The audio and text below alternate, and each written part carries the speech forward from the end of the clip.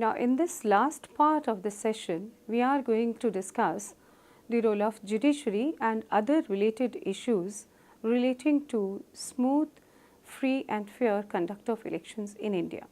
The Supreme Court of India has held that elections are the integral part and essential feature of our democracy.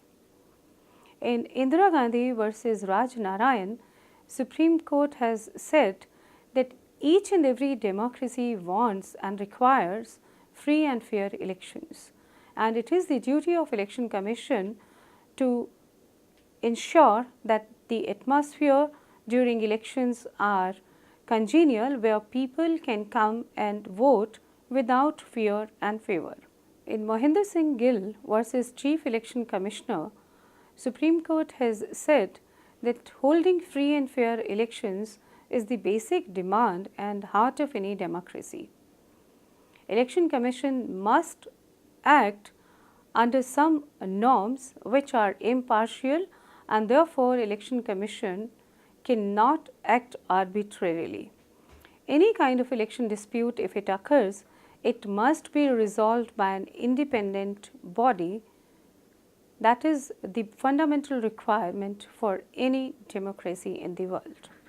In Union of India versus Association for Democratic Reforms, Supreme Court of India said that freedom of speech and expression includes right to know about the background of election candidates.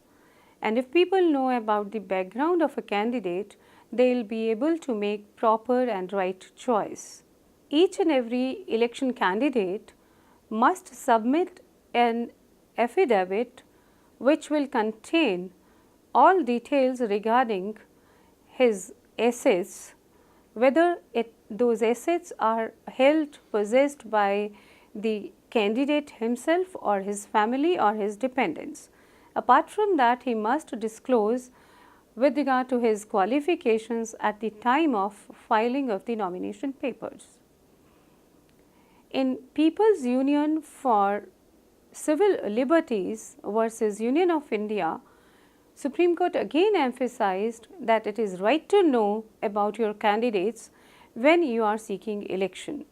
So, if a candidate is submitting an affidavit, it must be complete in all respects, carrying all his disclosures relating to his assets, his possessions, his wealth, apart from disclosing about his qualifications.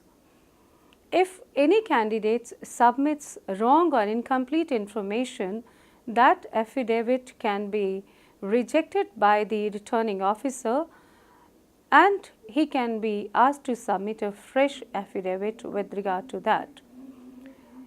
If the affidavit is found to be incomplete or wrong, it would also be considered as a violation of Supreme Court's order, and there can be penal consequences imposed upon that candidate. In another case of PUCL, that is People's Union for Civil Liberties versus Union of India, Supreme Court directed to the Election Commission to include nota option in the electronic voting machines and make provisions for its easy accessibility and mandatory provision in all the machines throughout India. So, now voters are having another option when they are not finding any suitable candidate, they can punch nota option. In Rajbala versus State of Haryana, Supreme Court upheld Haryana legislation which was providing for essential mandatory educational qualifications for the candidates to contest Panchayati Raj institutions elections. With regard to criminalization of politics, the Supreme Court has said in Manoj Narula versus Union of India that criminalization of politics is anathema to any democratic nation. Its pervasiveness is very dangerous to the foundations of democracy. In Anukul Chandra Pradhan versus Union of India, Supreme Court has categorically stated that any criminal must be excluded from contesting elections because it pollutes the election procedure, process and the very governance of the nation.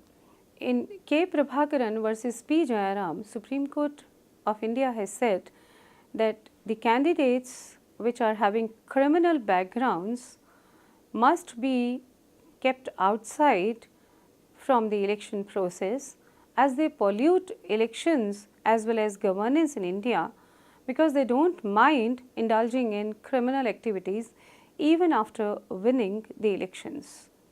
In Lily Thomas versus Union of India, Supreme Court has struck down Clause 4 of Section 8 of Representation of People Act 1951, wherein it has been held that if on conviction a member of parliament or a member of legislative assembly or council has been held responsible for committing any criminal offence and convicted for an imprisonment of 2 years or more, he has to vacate the seat immediately.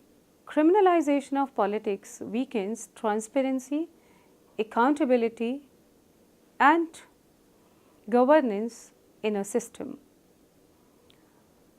In 2013, a report of Association for Democratic Reforms, after an empirical survey, has also concluded that around more than 18% of the candidates who are contesting either for parliamentary elections or state elections are having their criminal records, and grave offences like murder, attempt to murder, rape or even offences against women, offences under Prevention of Corruption Act, where the imprisonment may be for more than 5 years can be ordered, have been found against these election candidates. In Law Commission of India report 2015 also, it has been said that the present system enhances or at least supports the kind of quid pro quo which is there between political parties, candidates and the donors. And they have set limits for the maximum funding which you can have from the individual donors, companies or even from political parties. And any kind of collection of funds and expenditure has to be within the parameters given in the rules framed by the Election Commission of India.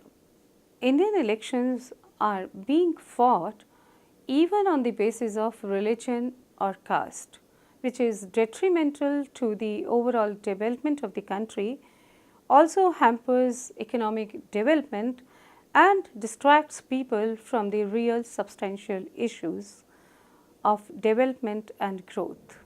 Recently, in 7 judges Constitution Bench judgment of Abhiram Singh versus C.D. Kamachen, which is headed by CJI, the then CJI Justice T.S. Thakur, it was held that as per Section 123 of Representation of People Act 1951, if any political party is winning or contesting elections on the basis of religion or caste, that will constitute corrupt practices.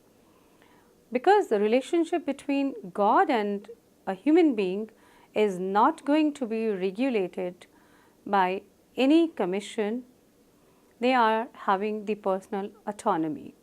So, we have discussed that for holding free and fair elections in India, there is a continuous effort being put in by the Election Commission of India. Courts are also monitoring and regulating candidates and political parties, and there are many constitutional and legislative provisions for making that elections a fruitful exercise for each and every Indian. To make India a full, best and fairest democracy, not only the largest democracy, we all have to come together, participate, so that it would be a kind of trend-setter democracy in the world. Thank you.